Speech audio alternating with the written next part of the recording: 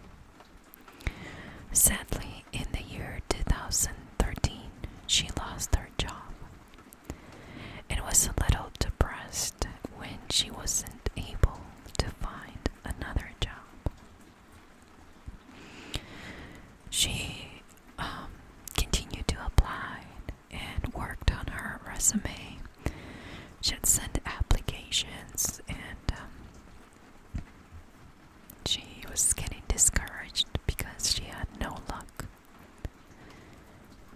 At the time, she was living with a roommate in Murray, Utah. They lived in this condo complex, I guess you should call it, but she had that one roommate with her to kind of share expenses.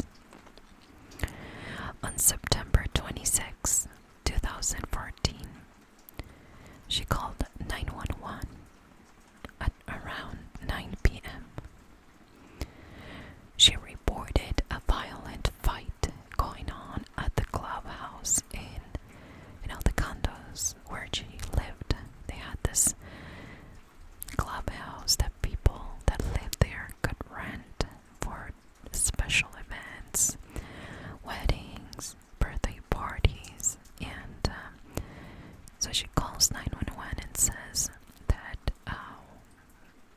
she heard guns and that she thought it was something very, very violent for what she could hear. The police get there and it was a wedding, but no signs of a fight, really. Just a party that was planned and was going just fine. 1 hour later, she calls 911 again. And she hung up the phone. So they called her back. And she picked up but seemed out of it, confused. And she couldn't even remember her address. However, it was on record that she called an hour earlier to report on this supposed, I don't know, like this, my puppy's having a nightmare apparently, I'm sorry. Baby, it's fine, you're okay. Oh, he's shaking. Boots. Seems like he's swimming or something in his dream because he's moving his legs and he does that all the time. Anyways, so there was, they knew that she called before. Let me wake him up. Hold on just a second. Okay. Crisis averted. I don't know what I'm saying anymore. So, and just so you know, I remember one birthday. It was my oldest birthday. I think it was turning 10 or something. We had a landline, and one of them called 911. Just joking, like you know, daring somebody to do it. Now my dogs are going nuts. Welcome to my life. But so they called us back, and apparently, I don't know, we didn't hear the phone or something, and they showed up in our house. He wanted to just go inside the house and check that we were fine, and they checked on the kids. They realized it was a birthday party, and they just left. In this case, I don't have a record saying that, they went to check on her, but that during the call, when they called her back, she did pick up, and that's when they realized that she was confused, but I don't know if they did anything about it. During that same call,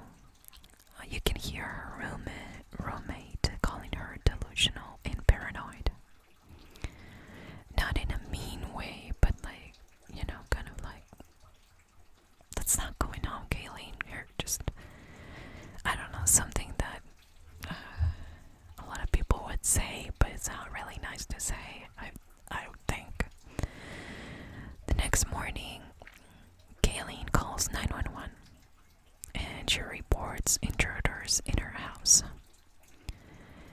She said, she said that she was in another room and that she could hear them outside her door, still inside the house, but outside the room where she was, and that they were going through her stuff, and she would even scream like, "Leave, get out of here," and the dispatcher kind of stayed on the line with her until the police arrived, which is something they usually do when they think you're in distress and they want to keep you basically knowing what's going on around you and maybe trying to calm her down. But this dispatcher again, she overheard this conversation that Kayleen was having with her roommate, and her roommate was saying, "Kayleen, there's nobody outside. Look, the door is locked.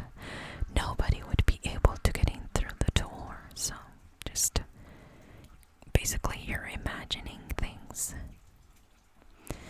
Kayleen goes back and forth with her roommate and she can hear them, but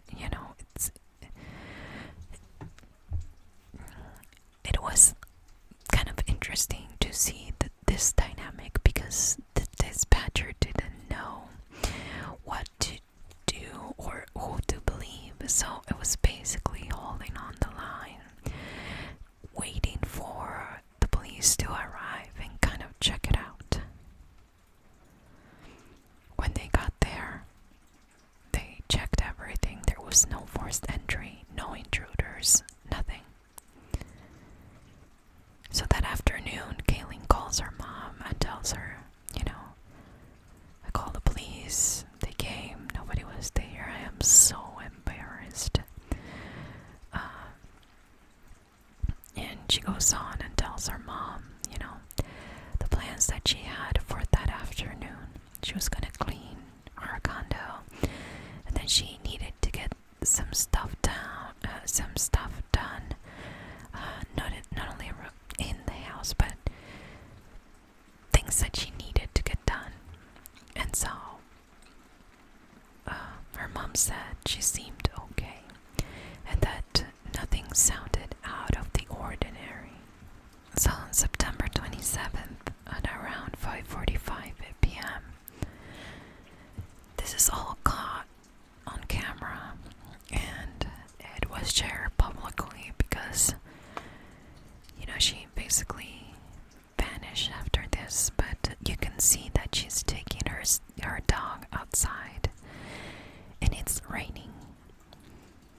She doesn't have any shoes or socks. She has a tank top and shorts, and it's a rather colder day, so it doesn't make sense that she's wearing that. But if you live in an apartment and you're taking your dog for a quick pee, maybe she thought it was gonna be only a few minutes, but then you can see her having something that was described as an animated conversation with herself. I would say so. It seems like maybe she's even arguing with an invisible person. I don't think she was talking to herself, and she seemed kind of upset with whoever she was talking to, but you can see in camera there is nobody around her. Her family initially said that she was talking to her dog and that she used to do that all the time, but I talk to my dog more than I talk to people. I tell him about my day. We have the longest conversations, one-way conversations, and I totally get it. It's not like I'm always like, "Oh, you're so cute, blah blah blah."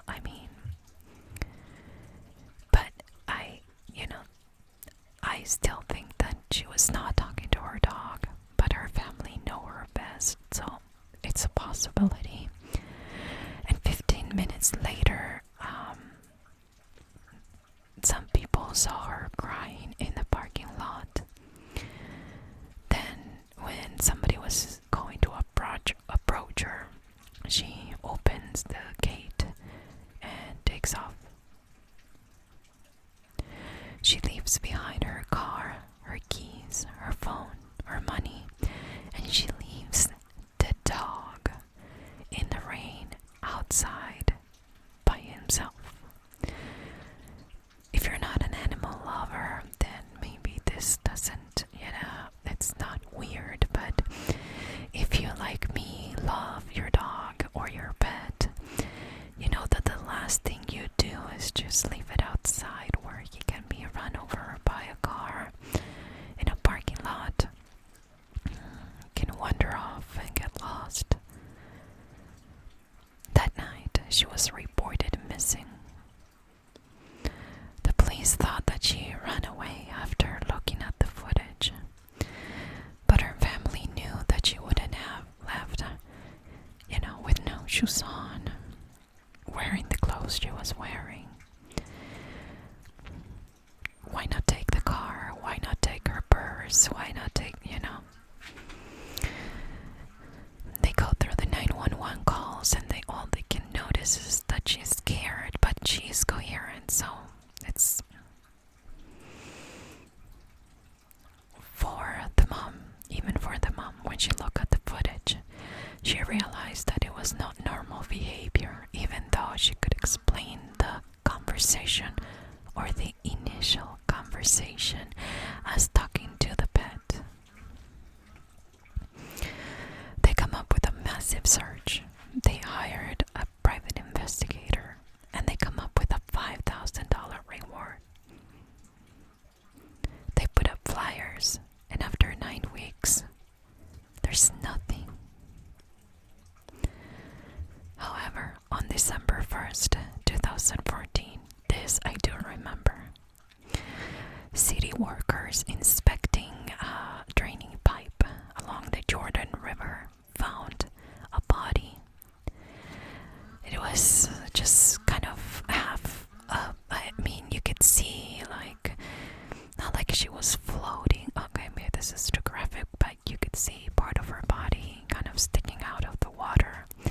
And the Jordan River, I don't know if you've ever been, but it's not a pretty river. It's not where you want to, go swimming or anything like that. It's pretty gross, full of dirt. It kind of stinks. And particularly where she was, it's there's a bunch of there's some places where there's graffiti. Like there's this stretch, I don't know, is it Redwood Road? Maybe, and what is it? California Avenue, I think that's where it is. Nearby there was a water park that it's closed down, and it's so creepy. And the Jordan River goes just by it, and it's a dumping ground. I used to go there too. I had some business around there, and I would park there before knowing all this, but and it was I went a couple times, and it was so sketchy, and you can, I remember taking my dog once with me, and he was going into the bush. I'm like, you can find anything here. So the Jordan River, it's not a pretty river. You would think when you're thinking of a river, and maybe at least not in the areas that I've been to, maybe upstream, I don't know where, it's beautiful, but this place in particular, it's not a pretty place, and it was not summertime, so she was not going for a swim. And it was confirmed that it was Kayelyn, and this particular spot was 5 miles away from where she was last seen. Initially, they thought that maybe she fell and she, injured herself and couldn't get out. Some other people believe that she fell in the Little Cottonwood Creek, which is behind her apartment complex. Well, condo place. But the police quickly explained that that creek is too shallow to carry her body for 5 miles.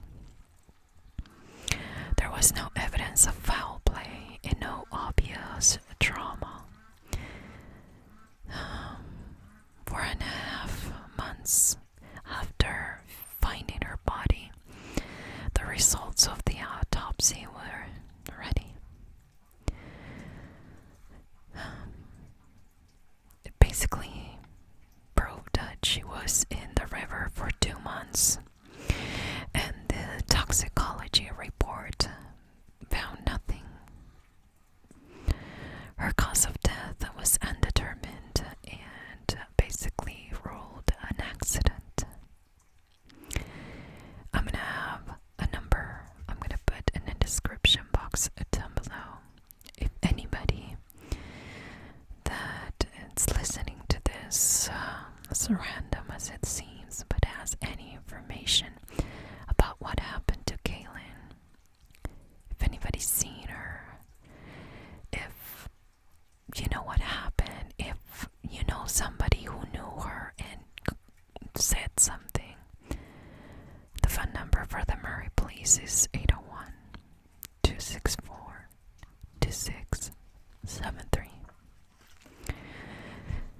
Now, it is very interesting to see that there's a lot of very, how can I even say it? There's a lot of evidence here that points to one direction. There's this footage, there's so much that we can say, the police in this case got it right. There's also the possibility of Kayelyn developing some kind of a mental illness and maybe hallucinations. And not because she was on specific medicine, but because maybe she was just developing it, which is something that happens. You don't have to be born with a mental illness. You can develop it in your early years, in your teens, in your 20s, in your 30s, 40s, and so on.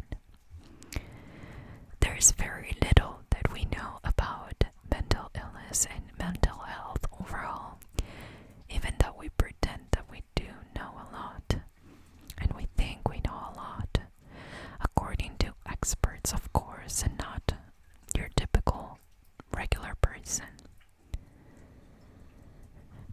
But in this case, I think it seems very obvious that she was struggling with something, and because she was living by herself, and maybe because people around her, like the roommate, didn't see the signs of this being something more serious, it really ended in a tragedy.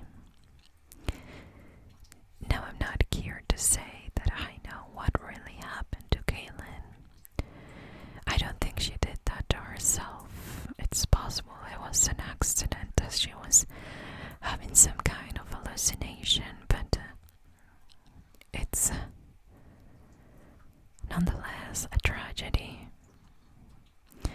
And I can't even put myself in her mom's shoes for 5 minutes, because 5 minutes is way too long to suffer as she must have,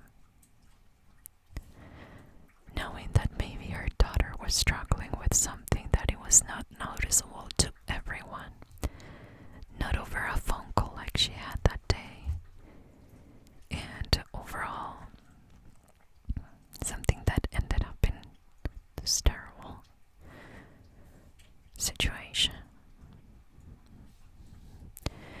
So I think we can all say that it's safer to say something if somebody you know or somebody you're close to, even if they're not your friend, but you share time, a lot of time together, you spend time together, even though it's not on purpose. Maybe it's a cool coworker, maybe somebody that lives with you, maybe somebody you don't even like, but you know, you notice things, say something.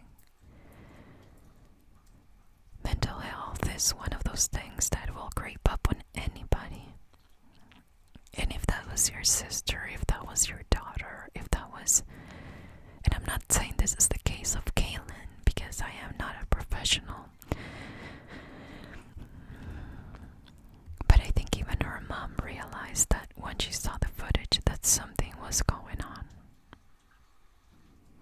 And how sad it is to realize that something is going on after she went missing, and after,